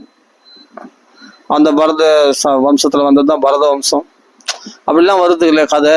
அப்ப விஸ்வாமுத்திரர் மேனகத்துல மயங்கினார், திரிசங்குக்கு சொர்க்கத்தை வாங்கி கொடுத்தார், சொர்க்கத்தை பெற்று தந்தார், தனி சொர்க்கத்தை சிருஷ்டி பண்ணார். பா இந்த மாதிரி கட்டங்கள்லாம் படிக்கும்போது வால்மீகி ராமாயணம் கங்கா அவதாரணம், பகீரதன் பூமிக்கு கங்கை எப்படி கொண்டு வந்தார், சகரபுத்திரருடைய மரணம், அப்ப கபில வாசுதேவரால் அவர் மரணம் அடைந்தது, அம்சுமான் திலீபன் இவர்கள் மூலமா சாதிக்க முடியாத போது அம்சுமான் குதிரையை மீட்டு கொண்டு வந்து அஸ்வமேத யாகம் பண்ணது. அவர் திலீபன் அந்த கடமை அவன் 30,000 வருஷம் வாழ்ந்துட்டு அவன் போனது. அவர் பகீரதன் வந்து 30,000 வருஷம் வாழ்ந்து ராஜ்யத்தை மந்திரத்துல ஒப்படைச்சிட்டு வந்து அந்த கோகர்ண கஷேத்திரத்துல கடுமையான தவம் புரிந்து அவர் கங்கையை பூமி கொண்டு வந்து அவர் பிரவாகமா வந்து ஜன்கு மகரிஷியுடைய காது வழியா விட்டு அவருக்கு வந்து அந்த 60,000 புத்திரர்கள் இருக்கிற அந்த சாம்பல் மேடை நினைச்ச உடனே அந்த 60,000 புத்திரர்களும் சொர்க்கலோகத்தை அடையிறது கங்கையினுடைய ஸ்பர்ச மாத்திரத்தினாலே. அப்ப இறந்து போன அவர்களே கங்கா மகாத்மியத்தினால கங்கை ஸ்பர்சத்தினால கரையிருக்கான்னு சொன்னா, நம்ம உயிரோடு இருக்கும் போது கங்கையில ஸ்நானம் பண்ணி கங்கையை பருகிறதுனால நம்ம எந்த புண்ணியத்தை அடைய முடியாது. நாம நிச்சயமா பகவத் பக்தி அடையலாம். நான் கண்டிப்பா கங்கா ஸ்நானம் பண்றவங்களுக்கு உயர்ந்த பலன், சொர்க்கலோகம், உயர்ந்த நல்ல கதி, வைகுண்ட லோகம் கிடைக்கும். அப்ப செத்து போய் சாம்பல் மேடா இருக்கிறவங்க மேல அந்த கங்கை பட்டதுனாலே அவரெல்லாம் சொர்க்கலோகம் அடைஞ்சிருக்காங்கன்னா, உயிரோடு இருக்கும்போது கங்கா ஸ்நானம் பண்ணா எப்படிப்பட்ட உயர்ந்த பதவி சுலபமா கிடைக்கின்றது சந்தேகம், இதுல சந்தேகம் உண்டா? கிடையாது. நிச்சயமா நம்மளுக்கு உன்னத ஸ்திதி கிடைக்கும். அதனால அடிக்கடி கங்கா ஸ்நானம்ன்றது ரொம்ப விசேஷம். சிவபெருமானே விஷ்ணுபாத தீர்த்தன்னு சிரசனால தரிக்கிறார். அப்படிங்கும்போது அந்த கங்கை எவ்வளவு விசேஷமானவள், மும்மூர்த்திகளோட ஸ்பர்சம் பட்ட இந்த கங்கையாச்சு. இன்னைக்கும் என்னென்னவோ ஆராய்ச்சி பண்றாங்க அந்த கங்கையை. 13 வருஷம் 12 வருஷமா ஒரு சின்ன இதுல பாட்டில வச்சு பாக்குறாங்க. ஆனா ஒரு சின்ன கலங்கம் கூட உண்டாகல. அந்த கங்கை பரிசுத்தமா இருக்கு, பியூரா இருக்கு அந்த கங்கை. பார்த்தா லேப்ல ஆராய்ச்சி பண்ணி பார்த்துருக்காங்க கங்கை. அப்படியே அது எப்படி கெடாம இருக்கும், அப்படி இருக்கு கங்கை. கங்கை பவித்திரமானவள். அது மாதிரி நம்மள எல்லாரையும் பரிசுத்தப்படுத்தக்கூடியவளாச்சே, அவ பவித்திரமா இல்லாம இருப்பாளாம். இதுலயும் சேத்தெல்லாம் வெட்டி விடுறாங்க, பிணங்கள்லாம் மத்துக்கு போடுறாங்க, என்னென்னவோ போடுறாங்க. ஆனாலும் கங்கை பவித்திரமானதுதான் அவ்வளோ. ஏன்னா அவ சொர்க்கலோகத்திலிருந்து பகவான் விஷ்ணு பாதத்திலிருந்து வந்தவ, பவித்திரமாவே இருக்கிறான். அந்த கங்கா மகாத்மியம் சொல்லி இது மாதிரி கங்கையை ஸ்நானம் பண்ணாவே சொர்க்கலோகம் நிச்சயம் உண்டு. அவங்கெல்லாம் வந்து நல்ல உன்னத ஸ்திதி. கைலாசம் போனாலும் போகலாம், வைகுண்டம் போனாலும் போகலாம். கிருஷ்ண பக்தி அதிகமாக பெருகுமா. கங்கை வந்து ஞான கங்கை, ஞானத்தை உண்டாக்கக்கூடிய கங்கையா, நம்ம பாபங்கள்லாம் போக்கடிக்கக்கூடிய கங்கை. அந்த கங்கை ரொம்ப விசேஷமானவள். இல்லை கங்கைக்கு போக முடியல, நம்ம ஷவரில் குளிக்கும் போது கூட கங்கைன்னு குளிச்சிட்டோம்னா, ஆனால் ஏன்னா கங்கையுடைய பேரை சொல்றேன் இல்லையா, ஒரு தேவதை பேர். ஆனால் இடுப்புல வஸ்திரத்தோட குளிக்கணும். எப்பவுமே இடுப்புல வஸ்திரத்தோட குளிக்கிறது தான், அதான் முறை, அதான் தர்மம். வஸ்திரம் இல்லாமல் ஸ்நானம் பண்ணக்கூடாது, ஏதாவது வஸ்திரத்தோடு தான் குளிக்கணும். அப்படி குளிக்கும் போது கங்கைன்னு சொல்லிட்டோம்னா அந்த கங்கையில் ஸ்நானம் பண்ண பலன் கழிச்சிடுமா. அந்த பேரை சொன்னாலே, கங்கை பேரை சொன்னாலே அவ்வளோ விசேஷம். அப்படிப்பட்ட கங்கா மகாத்மியம் சொல்றார் விஸ்வாமுத்திரர். அவர் விஸ்வாமுத்திரோட கதையை சதானந்தர் சொல்றார். யார்? அகலியனுடைய பிள்ளை சதானந்தர். அந்த அகலியுடைய சாபம் மோட்சணம் இந்த பாலகாண்டத்துல எவ்வளவு கதைகள் இருக்கு தெரியுமா, அருமையான கதைகள் தான். அப்படி அனுபவிச்சு அதுக்கப்புறம் சீதா கல்யாணம், தாடகாவதம், மாரிசு சுபாகவாதம்லாம் முடிஞ்சு அந்த கங்காவதாரணம் முடிஞ்சு, அப்போ விஸ்வாமுத்திர கதை முடிஞ்சு, அது அகலி சாமம் முடிஞ்சு, அப்போ விஸ்வாமுத்திர கதைலாம் சொல்லி முடிஞ்சு, அப்போ சீதா கல்யாணம். அவர் பரசுராம கர்வபங்கம், அதோட பார்த்த பாலகாண்டம் பூர்த்தி அடையுது. அப்போ அயோத்தியா பிரவேசம், அதோட பாலகாண்டம் பூர்த்தி ஆகுது. அப்புறம் அயோத்தியா காண்டம் பார்த்தா பெருசு, 112 சர்க்கமா, எத்தனையோ 119 சர்க்கம் நினைக்கிறேன் அயோத்தியா காண்டம். அது மாதிரி இன்னொரு கட்டமா படிக்கும் போது பார்த்தா மனசுல அதான் சொல்றேன், சர்க்க கல்லோல சங்குலம் காண்டக்கிராக மகாமீனம் வந்தே ராமாயணார்ணவம். ஒவ்வொன்றும் வந்து ஒவ்வொரு சர்க்கமும் பார்த்தா முதலைகள் மீன்கள் மகர மீன்கள் போல நம்மளை முழுகிடுமா. அந்த சர்க்கத்துல மனசை பறி கொடுத்துட்டா அது வந்து வெளியே வர்றதே மனசு வராதான். அவ்வளவு விஷயங்கள் நிறைஞ்சிருக்குதான் ஒவ்வொரு சர்க்கத்துலயும். ராமாயணத்துல பார்த்தா அவ்வளவு மகிமையா சொல்லப்பட்டிருக்கு ராமாயணத்துல. காண்டக்கிராக ஒவ்வொரு காண்டமும் வந்து மகாமீனம் திமிங்கலம் போலவான். அந்த காண்டத்துல ஒரு அயோத்தியா காண்டத்துல உள்ள போந்துட்டா பக்தி ரசம் ததும்பி இருக்கும். பரதன் பக்தி என்ன, லக்ஷ்மண பக்தி என்ன, சீதனுடைய பக்தி என்ன, கௌசல்யுடைய பக்தி என்ன, தசரதுடைய பக்தி என்ன, சுமித்ரனுடைய பக்தி என்ன, பரதனுடைய பக்தி, சத்ருகுண பக்தி. அயோத்தியா காண்டத்துல எவ்வளவு பக்தர்கள், அயோத்தியாவாசிகள் அத்தனை பேரும் பக்தர்கள் தான். சுமந்திரனுடைய பக்தி, அப்படியேப்பட்ட சித்தார்த்தருடைய பக்தி, ஜாபாலுடைய பக்தி, வசிஷ்டருடைய பக்தி, அப்படியேப்பட்ட குகனுடைய பக்தி, குக சக்கியம், பரத்வாஜருடைய பக்தி எப்படி விருந்து உபச்சாரம் பண்றாரு அந்த ராம பக்தர்களுக்கு அயோத்தியாவாசி அதெல்லாம் படிக்கும் போது பரம மங்களகரமா இருக்கும். சித்திரக்கூடத்துல பார்த்தா ஒரே ரிஷி கூட்டங்களா இருக்குது. அந்த ரிஷி பக்தர்கள் அயோத்தியாவாசிகள் அத்தனை பேர் புரண்டு வராங்க ராமரை தரிசனம் பண்ணுறதுக்கு அந்த சித்திரக்கூடத்துல. அப்படியேப்பட்ட அயோத்தியாவை வர்றன்னு பார்த்தா அவ்வளோ பக்தர்கள் நிறைஞ்சிருக்கிறாங்க. இது மாதிரி கட்டங்கள்லாம் படிக்கும்போது மனசுக்கு ரம்யமா இருக்கும். நமே சாந்தி பவிஷ்யதி நமோ சாந்தி பவிஷ்யனா அதோ வாசா சாந்தே அப்படியே பார்த்தா ராமரை பார்த்த பிறகுதான் அவர் மனசுல சாந்தி ஏற்படுதான் பரதனுக்கு. அது வரைக்கும் சாந்தி இல்லை. ராமரை தரிசனம் பண்ண உடனே சாந்தி ஏற்பட்டது. அவருக்கு ராஜா இல்லாத நகரம் எப்படி இருக்குன்றதை வர்ணிக்கிறார். அவருக்கு நீதி தர்மங்களை சொல்றார். ராமர் பரதனுக்கு ராஜ்யத்தை ஆளக்கூடிய 14 வருஷம் பரதன் ஆள போறான் அப்படிங்கிற தர்மமா எப்படி ஆளுன்னு தர்ம நீதிகள்லாம் சொல்றாரு. அவருக்கு அப்பா மரணம் அடைஞ்சோடனே மூச்சடைந்து விழுந்தார். அப்பாவுக்கு பிண்டம் போடுறார். ராமர் பிண்டு தானம் பண்ணி அப்பாவை சொர்க்கலோகத்தை அனுப்பிச்சிருக்கிறார் ராமர். அதுக்கு பிறகுதான் பின்னாக்க பிண்டம் போட்டாராம். அதான் கௌசல்யா அழகா அந்த இடத்துல சக்கரவர்த்தி திருமகன் அப்ப தான் எதை சாப்பிட்றானோ அதுதானே பித்தர்களுக்கு பிண்டமா போடுவாங்க.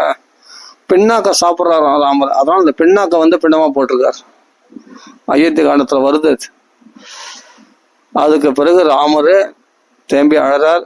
அப்பா நினைச்சு புலம்புறார். அப்பா பரதனை சமாதானப்படுத்தினார். பரதன் சமாதானம் அடையல. அப்போ வசிஷ்டர் சொல்லி சமாதானப்படுத்தினோடனே அப்போ பாதுகையை வாங்கிட்டு சிரசில் தரிச்சுட்டு இன்னைக்கு ஜடாரி வைக்கிறோமே பெருமாள் கோயில்ல அது எங்கேருந்து வந்ததுன்னா முதல் பரதன் தான் தன் தலையில அந்த பாதுகையை சூட்டினான். அது பாதுகா சகஸ்ரநாமே தேசிகன் பண்ணியிருக்காரு இல்லையா அந்த பாதுகை, அந்த விஷ்ணு பாதுகை. இந்த ராமாயணம் படிக்கும்போது தான் மனசே தெய்வீகமா மாறுது. மனசு ரம்யமா இருக்கு. பெருமாள் பக்தியே அந்த நாராயண பக்தியே அதிகமாகுது. அதான் விஷ்ணுவர் பலம் பிரவர்த்ததே. இந்த ராம குணங்களை பத்தி பேசு, இந்த பாதுகை பட்டாபிஷேகம் பத்தி பேச இப்ப மனசு ஒரு பௌதிகமாவே இல்லை, ஒரு தெய்வீகமா மாறுது மனசு. அந்த பரதனுடைய பக்தி பத்தி பேசும்போது அந்த பாதுகை சிரசுல தரிச்சுண்டு ராம ராம ராம ராம ராம ராம ராம ராமான்னு சொல்லிட்டு அந்த பாதுகை அண்ணா திரும்பி பார்த்துன்னு போறாரு அழுது. அங்க சமாதானம் பத்தி பரதனை அமிச்சிட்டாரு. அப்புறம் ஆசிரமத்துக்குள்ள போய் ராமர் தேம்பி எழுறாரு. பரதனை விட்டு எப்படி நான் 14 வருஷம் பிரிஞ்சிருக்க போறேன் அப்படின்னு எல்லாம் பக்தி ரசம் அப்படி இருக்கும். வாத்சல்ய ரசம். சகோதரனை பிரிஞ்சு இருக்க முடியல. சகோதர வாத்சல்யம் ராமருக்கு. பின்னாடி ராமரை நினைக்கிறாரு. பரதன் நினைக்கிறாரு. இந்த குளிர் சமயத்துல அவன் நந்தி கிராமத்திலே வாசம் பண்றானே, நகரத்துக்குள்ள பிரவேசிக்க மாட்டேன்னு அப்படி ஒரு விரதம் இருந்தாராம். யார பரதன் சத்ருகுணம். 14 வருஷம் நான் நகரத்துக்குள்ள எங்க அண்ணா பிரவேசிக்காத போது நான் மட்டும் நகரத்துல எப்படி பிரவேசிப்பேன், நகரத்துல பிரவேசிக்க மாட்டேன்னு அப்படி ஒரு விரதமா இருந்தார். இந்த மாதிரி கதையெல்லாம் படிக்கும் போது இது மாதிரி ராமாயணத்தை படிச்சுட்டு ராமாயண அனுபவத்துல மூழ்கிட்டவங்க வேற எதையும் திரும்பி பார்க்க மாட்டாங்க. ராமாயணமே போதும். இது உருக்கமா இருக்குது. இந்த சரித்திரங்கள்லாம் கருணாரசம் ததும்பி இருக்கு. இப்படிப்பட்ட ஒரு ஒற்றுமை, எப்படிப்பட்ட அண்ணன் தம்பியா. அண்ணன் தம்பி சொத்துக்களை புடுங்கிறது தானே கலியுகத்துல நடக்குது. ஆனா திரேதாயுகத்துல எப்படி இருக்காம பாருங்க. சொத்து வேணான்றாங்க. எங்க அண்ணா இருக்கிற இடத்துல நான் வாங்கணும். இல்ல உனக்கு தான்ப்பா எல்லாமே, நீ அனுபவி. அப்படியேப்பட்ட அண்ணன் தம்பிகளை பார்த்தது உண்டா? ராமலக்ஷ்மணர் மாதிரி பரத சத்ருன் மாதிரி பார்த்துருக்கே முடியாது. அதை பார்க்கணும். அந்த ராமாயணத்தை படிச்சாதான் உண்மையான அண்ணன் தம்பி பாசம் தான் என்ன, எப்படி விட்டு கொடுக்கணும் எல்லாத்தையுமே தாராள மனசோட தியாகராஜனாக புறப்பட்டு போனார் வனவாசம் மகோதயம்னு. அப்படி அல்லவா ராமர் மாதிரி நடந்துக்கணும். எல்லாத்தையும் தியாகம் பண்ணணும். விட்டு கொடுக்காம பிடிவாதத்தால நல்ல உறவுகள் தான் கெட்டு போகுமே தவிர பணம் கழிச்சிடும், சொத்து கழிச்சிடும். ஆனா உறவுகள் முறிஞ்சிடும். ஒருத்தர் பார்க்க முடியாது, சந்தோஷம் இருக்காது. ஒரு நல்லது கெட்டது கூட கூப்பிட முடியாது. கூப்பிட்டாலும் வரமாட்டாங்க. ஏன்னா சொத்தை தானே பெருசா வச்ச, உறவு பெருசா மதிக்கலையே, அப்படி இருக்கும். ஆனா ராமாயண காலத்துல பாருங்க, சொத்து முக்கியம் இல்லை, உறவு தான் முக்கியம் அப்படின்ட்டு இருந்தாங்க பாருங்க. அந்த வாழ்க்கை எவ்வளவு செழிப்பா இருந்தது பாருங்க. அப்படி ஒரு அண்ணன் தம்பி ஒத்துமை. அதெல்லாம் பெத்தவங்களே கை பிரிக்கணும்னு பாக்குறா. ஆனா புள்ள எப்படி இருக்கா பாரு பரதன். என் அண்ணாவுக்கு தான், என் அண்ணா கத்து தான் எனக்கு உரிமை. அந்த அண்ணாவை நான் சிம்மாசனத்துல உட்கார வச்சு பார்த்து நான் சாமரம் வீசி அவர் நான் சேவகம் பண்றதுக்கிற சுகம் இந்த சிம்மாசனத்துல உட்காந்தா எனக்கு கஷ்டமா? என் அண்ணா உதிரி தள்ளிட்டு அதான் நிதி சால சுகமா, நிதி சேவை ராமா நிதி சேவை சுகமான்னு தியாக பிரம்மம் பாடினார் இல்லையா, தியாகம். ஒரு பகவானுடைய சேவையில் இருக்கிற சௌக்கியம் சிம்மாசனத்துல கிடையாது, சொத்து சுகங்களை கட்டி ஆடுறது கிடையாதுன்றது பரதன் உணர்ந்து சொல்றாரு அங்க. அப்போ அண்ணாவை சிம்மாசனத்தை வச்சு பார்த்து அவர் சேவை செய்யறதுக்கு உள்ள சுகம், அதுதான் எனக்கு பெரிய பரமானந்த சௌக்கியம், அதுதான் ராமானந்த சௌக்கியம் அப்படின்னு இருக்கிறார் இல்லையா. தான் பக்தி சொட்ட சொட்ட இருக்கக்கூடிய. ஆனால் ராமாயணம் பாராயணம் பண்ணுவோம், ராம குணங்களை பத்தி பேசுவோம், ராமரை பத்தி நிறைய பேச பேச நமக்குள்ள நல்ல குணங்கள் தன்னால் உங்களால உங்க குணங்களை மாத்தி, இந்த ஈகோ ப்ராப்ளம் சொன்ன இல்லையா, அதெல்லாம் விட முடியாது. சுலபமா ராம குணங்களை பத்தி பேச பேச பேச சுலபமா நம்ம மனசு மாறிடும், குழந்தை மாதிரி மாறிடும். மனசு தர்மத்திலே பிரவேசிக்கும். நம்ம தப்பி தவறு கூட ஒரு பொய் சொல்ல மாட்டோம், பொய் சொல்லலாம் கூச்சப்படுவோம், ராமருக்கு பிரியம் இருக்காது அப்படின்னு. ராமருக்கு பிரியமான அந்த குணம், ராமருக்கு பிரியமான அந்த குணம், அப்படிதான் நம்ம உள்ள ஆசைப்படும். சரி, ஏதோ இன்னைக்கு ஏகாதசி ராமாயணத்தை பத்தி பேசணும்னு ஆசைப்பட்டேன், கொஞ்சம் பேசினேன். ராமாயணமே படிக்கணும் ஆசையாகவும் இருக்குது. இந்த கதைகள்லாம் பாருங்க எவ்வளவு விசித்திரமான கதைகள், வாலி சுக்ரீவனுடைய கதைகள்லாம் படிச்சா இன்னும் சூப்பரா இருக்கும். சரி, ஓகே, இதோட பூர்த்தி பண்ணுவோம். சீதாபதி ராம ராம ராம ராம ராம. ஸ்ரீமத் வால்மீகி ராமாயண் கி ஜெய். சீதாபதி ராம ராம ராம. ஆஞ்சநேய சுவாமி கி ஜெய். சாதுமல்லி கி ஜெய். ராம ராம ராம ராம ராம ராம. ஆனால் ராமாயணம் பாராயணம் பண்ணுவோம், நிறைய ராம குணங்களை பத்தி பேசுவோம், ராம கதைகளை பேசுவோம். கோடி கோடி கதைன்னா ராமாயணம், பாகவத கதைலாம் தனித்தனியா வரும். அது கதையை நம்ம தனியா பொறுக்கிடணும், ரொம்ப கஷ்டம். ஏன்னா அதுல சிருஷ்டி தத்துவார்த்தம் ஸ்துதிகள் நிறைய இருக்கும். அது கதையை கோர்வையா இருக்காது பாகவத்துல பார்த்தா. ஆனாலும் எல்லாமே விசேஷம்தான், இல்லைன்னு சொல்ல வரல. நம்ம ராமாயணத்தை கம்பேர் பண்ணும்போது எதுவுமே நம்ம இப்போ பாகவதம் மட்டம் கிடையாது, பாகவதம் வசதி, ரொம்ப ரொம்ப வசதி பாகவதம். ஆனா அது மாதிரி ஒரு பியூரிஃபிகேஷன் பாகவதம் மாதிரி பரிசுத்தப்படுத்தக்கூடியது மனசை வேற எதுவும் கிடையாது. ஆனா அதுல என்னன்னா அது ரொம்ப ஹை லெவல் பாகவதம். எப்படின்னா அது பாரமம்ச தர்மம். ஆனா ஒரு சகஜமா அந்த நிலையை நீ ராமாயணத்திலே அணிஞ்சிடலாம், பாகவத்துல எந்த நிலையை அடையணும் வைகுண்ட பதவியை, அது அந்த நிலைய ராமாயண பாராயணம் பண்ணதுனால நம்மளுக்கு வைகுண்டம் கிடைச்சிடும். ஆனா பாகவதத்துல என்னன்னா சன்னியாச தர்மத்துக்கு பக்குவமாக்குறதுக்கு நம்ம கொஞ்சம் கடுமையா பகவான் நம்மள அந்த சுத்தமான தர்மத்தை சொல்லியிருக்காரு. ஆனா ராமாயணம் குடும்ப தர்மத்தை சொல்லியிருக்கு. ஆனா பலன் நம்ம ஒரே பலன் தான், பாகவதம் படிச்சா என்ன பலனும் அதே பலன் தான், ராமாயணம் படிச்சாலும் அதே வைகுண்ட பலன் தான். ஆனா ராமாயணம் குடும்பஸ்தர்களுக்கு ஏற்ற புராணம், பாகவதம் பாரமம்சியர்களுக்கு, அதாவது சன்னியாச தர்மத்துல விரும்புறவங்களுக்கு ஏற்றது பாகவத புராணம். ராமாயணம் குடும்ப விருத்தி தனதானிய விருத்திக்கு ஏற்றது. குடும்பஸ்தர்கள் படிக்க வேண்டிய புராணமும் படிக்க வேண்டியது, ஏற்றுக்கொள்ள வேண்டியது ராமாயணம் தான். இது எல்லா மகாத்மாக்களும் சொல்லியிருக்காங்க, நிறைய மகாத்மாக்கள். குடும்பத்துல படிக்க வேண்டும். உன்னால ராமாயணம் பூரா படிக்க முடியல, சுந்தரகாண்ட பாராயணமாவது பண்ணிட்டு ஒரு ஆவர்த்தி 68 சர்க்கம் தானே பண்ணிடலாமே, அப்படி 7 சர்க்கமா கூட படிச்சிடலாம் இல்லையா. 2 நாள்ல 36 சர்க்கம் படிச்சுட்டா 2 நாள்ல முடிஞ்சது. அடியன் ஒரு சமயத்துல ஒரே நாள் கூட 67 சர்க்கம் படிச்சு முடிச்சிருக்கேன். படிச்சுட்டு ராமாயண பட்டாபிஷேகத்தோட பூர்த்தி பண்ணியிருக்கேன். அப்படியும் பண்ணலாம். அது ரொம்ப கஷ்டம். படிச்சவங்களுக்கு ஈஸியா இருக்கும், படிக்கலன்னா படிச்சு பழக்கம் இல்லாதவங்க 2 நாளா படிச்சுக்கலாம், இல்ல 3 நாள் கூட படிச்சுங்க. ஆனா சுந்தரகாண்ட பாராயணம் பண்றது ரொம்ப விசேஷம், வீட்டுக்கு ரொம்ப சேமம். சுந்தரகாண்ட பாராயணம் பண்ணி பட்டாபிஷேகத்தோட பூர்த்தி பண்றது ரொம்ப ரொம்ப விசேஷம். அப்படி பண்ணலாம். ராமாயணம் பூரா படிக்க முடியாதவங்க இல்லைன்னா சம்சேக ராமாயணம் படிக்கலாம், ராமாயணம் பூரா படிச்ச மாதிரி ஒரு பலன் கிடைக்கும்னு சொல்றாங்க. ஆமா, மகான்கள் சொல்லியிருக்காங்க. அதனால சரி, ஓகே, தலை பூர்த்தி பண்ணிப்போம். ராமாயணத்துல ஒவ்வொரு சர்க்கமும் என்னென்ன சர்க்கம் படிச்சா என்னென்ன பலன்கள் அது ஸ்காந்த புராணத்துல சொல்லப்பட்டிருக்கு, போட்டு வச்சிருது நிறைய. அந்த ராமாயண மகாத்மியத்துல படிச்சா தெரியும். ஓகேவா? சித்திர பூர்த்தி பண்ணிப்பா. சீதாபதி ராம ராம ராம. அந்த மகிமைகள் தனியா சொல்லியிருக்க ராமாயணத்துல. எந்தெந்த கட்டத்தை படிச்சா பித்ருக்கள்லாம் கரையாருன்னு கங்காவதாரணம் படிக்கணும், பித்ருக்கள்லாம் கரையேறுவாங்க. அப்படிலாம் ரொம்ப சூப்பரா சொல்லியிருக்கு. அயோத்தியா காண்டத்தை படிச்சா என்ன பலன்னு அவ்வளோ சௌக்கியம் உண்டாகுமா, ராமரத்துல எல்லையற்ற பக்தி உண்டாகும் அயோத்தியா காண்டம் படிச்சா. அதுல ஒவ்வொரு சர்க்கத்துக்கும் என்னென்ன பலனு, ஒவ்வொரு காண்டத்துக்கும் என்னென்ன பலனு அப்படிலாம் சொல்லியிருக்கு ராமாயணத்துல. சுந்தர காண்டத்துல ஒவ்வொரு சர்க்கத்துக்கும் பலனு, என்னென்ன பலனு, திரிசட சொப்னத்துக்கு என்ன பலனு, அங்குல்ய பிரதானது என்ன பலனு, சூடாமணி பிரதானம் என்ன பலனு, லங்கை தீக்கரி ஆகுது, அந்த அஜ்ஞானம் எரிஞ்ச சாம்பலாயிடுமா லங்கை தீக்கரி ஆகுது. அது பைத்தியம் தெரியுமா? அதுல சில கட்டங்களை படிச்சா கிரக தோஷங்கள்லாம் சனி தோஷம் ராகு தோஷம் சொல்றோம்னா அந்த கிரக தோஷங்கள்லாம் சந்திரோதயத்தை வர்ணிச்சா 3வது சொர்க்கமா தெரியல. சந்திரோதய வர்ணனை படிச்சா சுந்தரத்துல அந்த கிரக தோஷங்கள்லாம் நீங்குமா.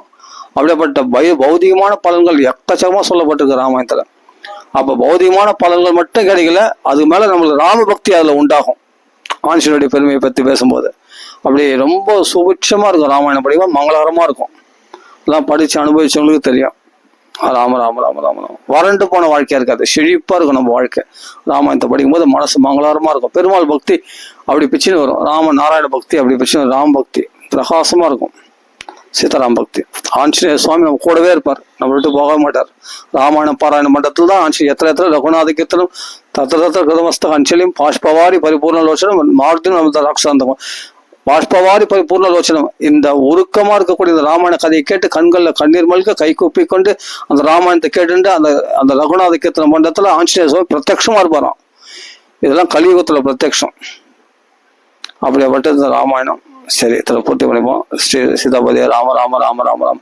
ஸ்ரீ ராமநாம சிங்கத்துக்கு ஜெய், ஆஞ்சநேய சுவாமிக்கு ஜெய், சகல சாதுமணிக்கு ஜெய், ஸ்ரீமத் வால்மீகி ராமாயण की जय, राम सगल साधुमणि की जय, राम राम राम राम राम राम।